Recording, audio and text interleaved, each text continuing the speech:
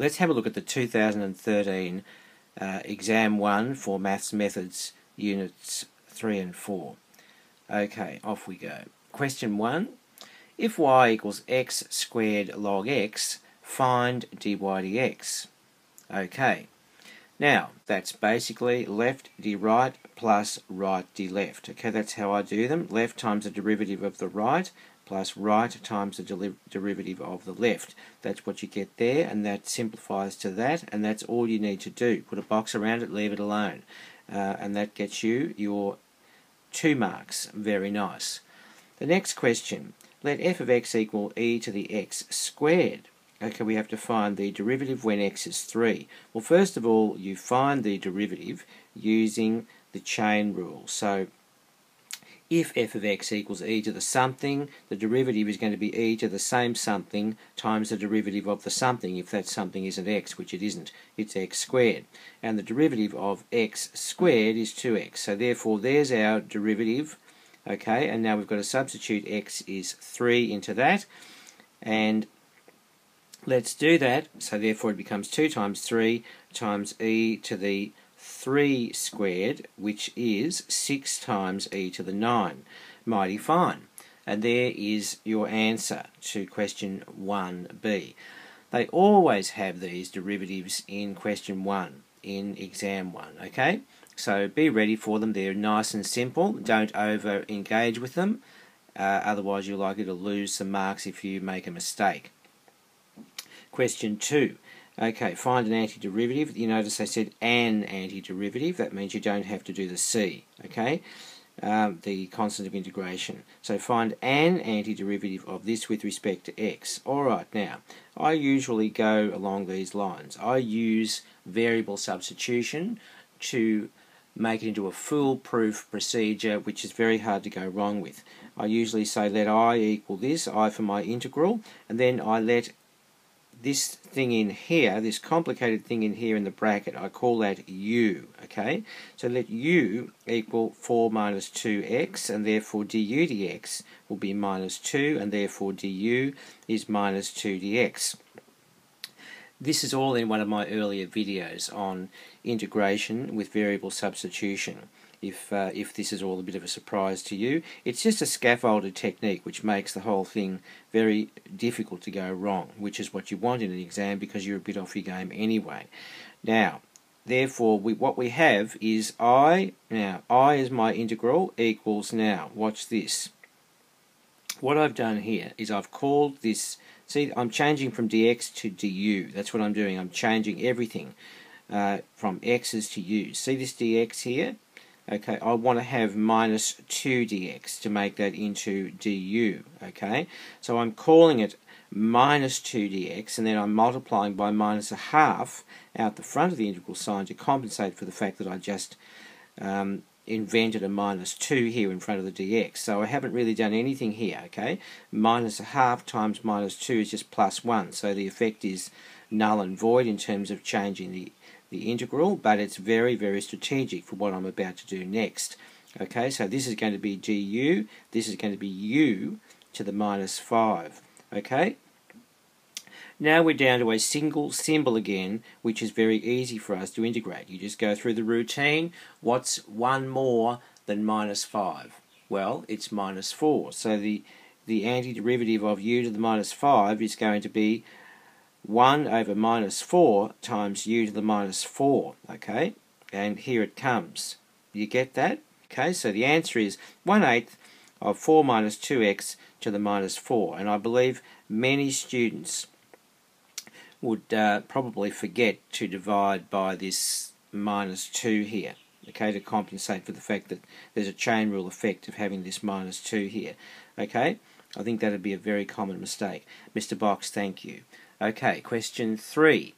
The function with rule g of x has a derivative g dash x equals sine 2 pi x.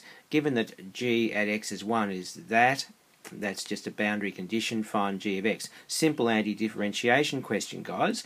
So all we've got to do there is do it like that, okay? So set it up by writing yourself a nice logical little equation like that, then anti-derive it. So remembering it's going to be minus 1 over this coefficient here, cos 2 pi x plus c. Okay, you've got to have the plus c, the constant of integration there.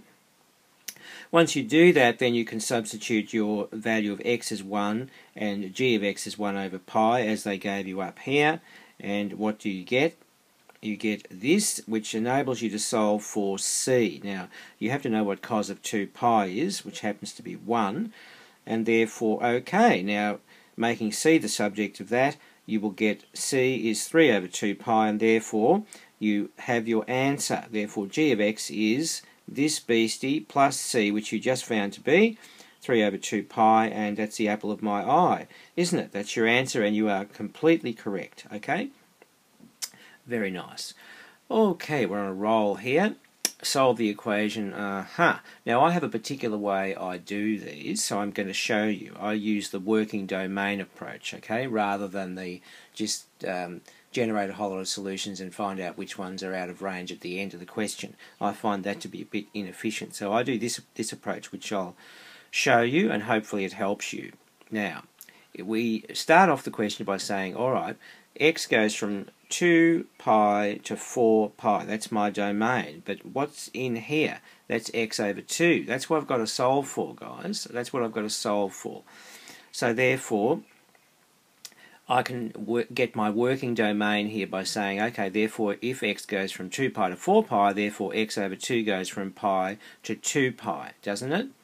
It does. So therefore, that is the domain with which I'm going to solve this equation here before I eventually solve it for x. I'll show you. Now, the basic angle in quadrant 1, which has a sine of a half, is a pi on 6 angle, okay? But I'm looking for minus a half, so therefore I have to look for the quadrants in which sine is negative, which is this one and this one, okay? Now, here's my working domain. I've got to solve it within this span here, from pi to 2 pi, okay? That's what x over 2 is.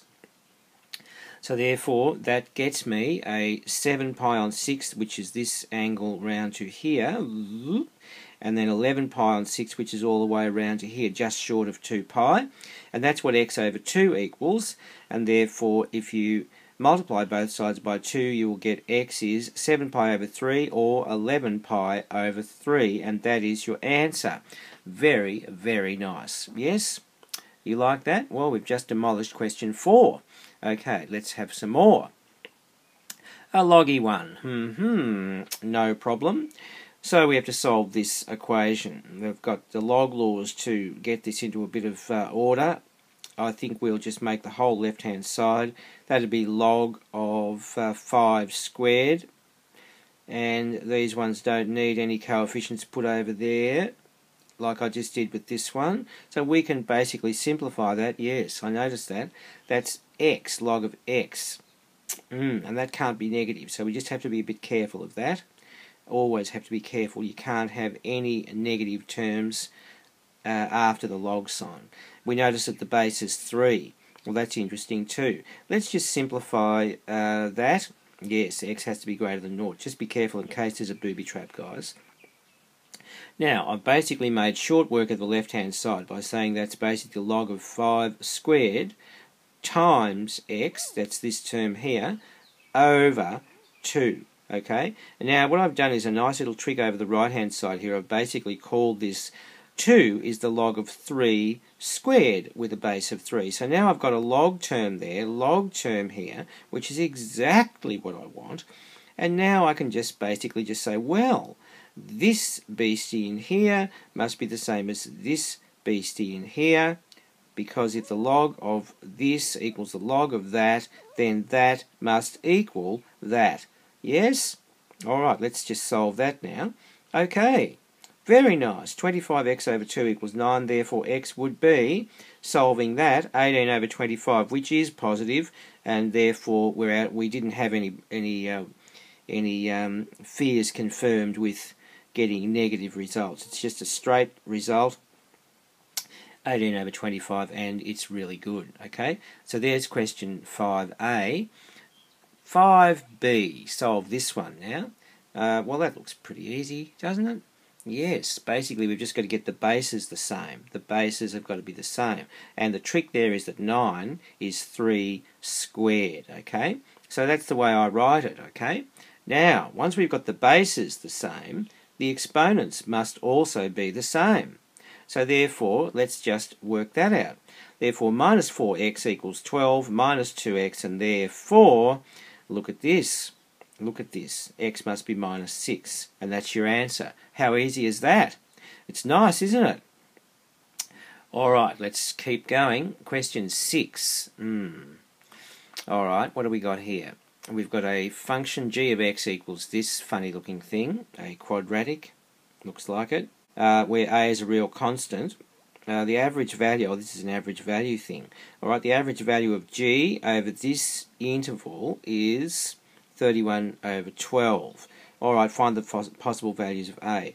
Well, I think that's just a matter of setting it up and then crunching through the algebra, guys. Now, your width, the x width over which this average value applies is from -1 to 1, so you divide by the width. That's 2 units from -1 to 1. That's 1 over 2 times the integral of this beast here, which I've multiplied out, you'll notice, from -1 to 1, gets me 31 over 12. So therefore, all I've got to do is basically work out this definite integral, which is going to work out to be in terms of a, and then basically solve it for a.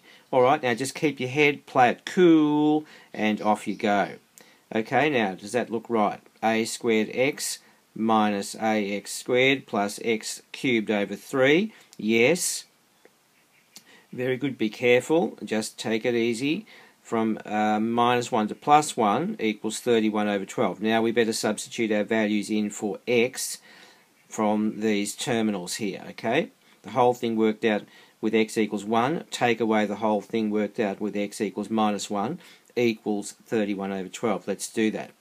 Alright, so now just be careful here, because these -1s can get you into a bit of bother, okay?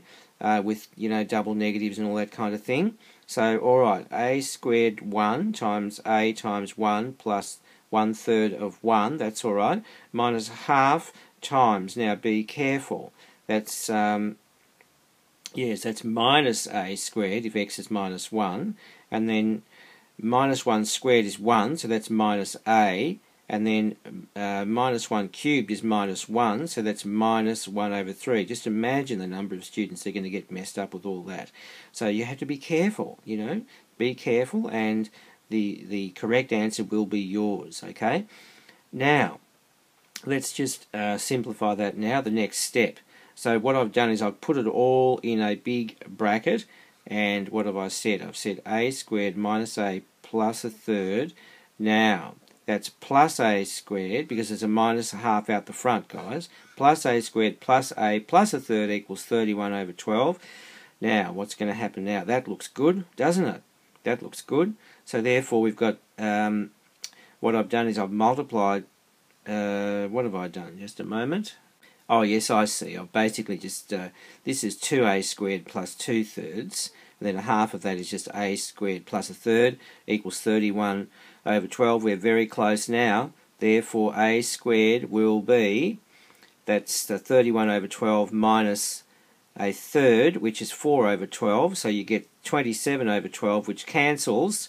3 to 12 goes 4, 3 to 27 goes 9. So a squared is 9 over 4, and therefore a is going to be plus or minus 3 over 2. Okay, and that looks like all the possible values of a to me. Hooray! Yes, there you go. So that was just a matter of crunching through the algebra, setting the thing up initially with as an average value thing, and then just being very careful with these terminals. That's where I think a lot of students would probably go wrong, trying to process all these double negatives and things when x was -1. All right, let's see.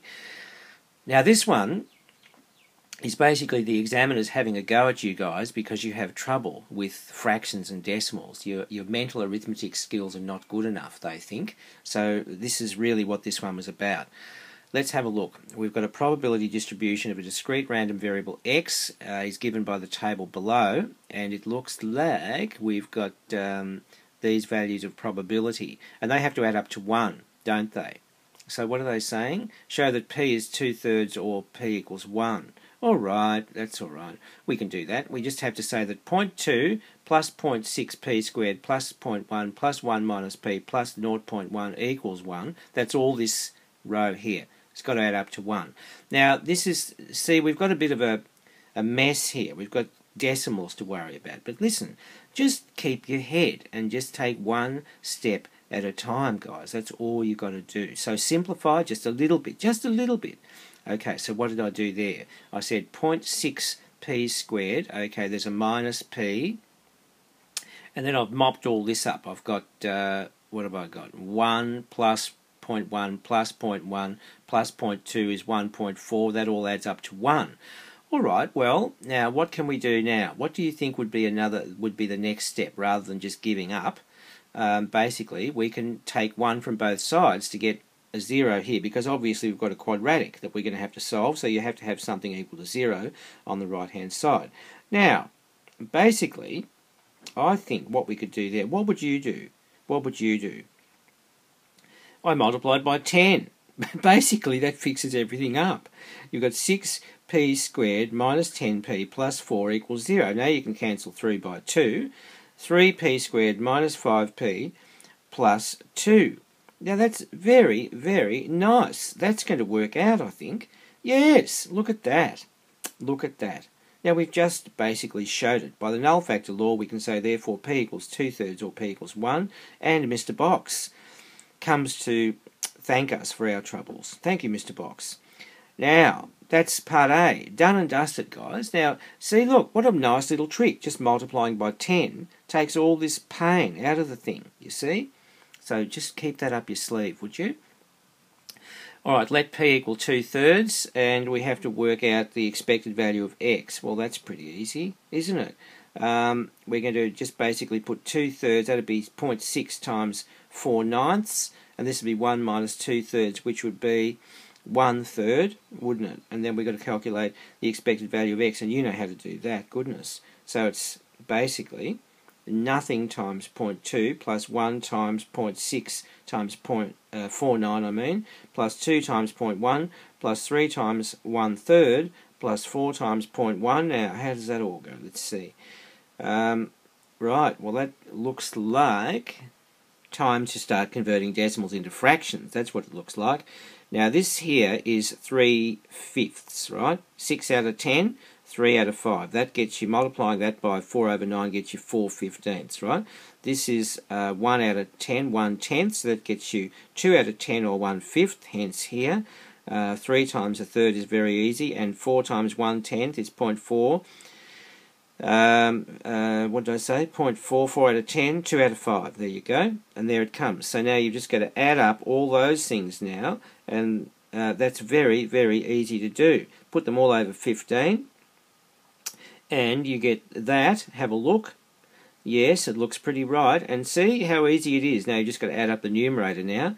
It gets 28 over 15, and that is your expected value of x. Yes? You like that, do you? I think it's great. Now, the next part of this question over the screen, I'll just give you a forewarning of what it says. It asks you to find the probability that x is greater than the expected value of x. Okay, so here is the expected value of x, 28 over 15, right? Which is almost 2, isn't it? Because 30 over 15 would be 2. So, okay, what is the probability that x is greater than that? So you've got this is greater, 2 is greater, this one's greater, and this one's greater, isn't it? So therefore, the probability that x is greater than this would be that plus that plus that. So let's just do it over the screen now. I'll show you. There it is. So we want the probability that x is greater than 28 over 15, so therefore x could be 2 or 3 or 4, and you just add up those respective probabilities to get the cumulative probability that x would be greater than 28 over 15, which is found by adding 0.1 and 1 minus p, which is 1 minus 2/3, which is 1/3, and 0.1. So now again we've got decimals. Basically that's 1/10 plus 1/3 plus 1/10, which is a fifth plus a third. Now you know how to add up those fractions now. It's 5 plus 3 is 8 out of 15, if you make the common denominator 15, and you've done it, you see. So this was a little bit of a fraction city, and where decimals clash with fractions, and just being competent to solve the whole thing, which you've really got to get good at, guys, because I reckon they'll throw that again at you this year, because I don't think that was particularly well done, that question. So please get good at mental arithmetic doing decimals and fractions, okay? Otherwise you're a sitting duck.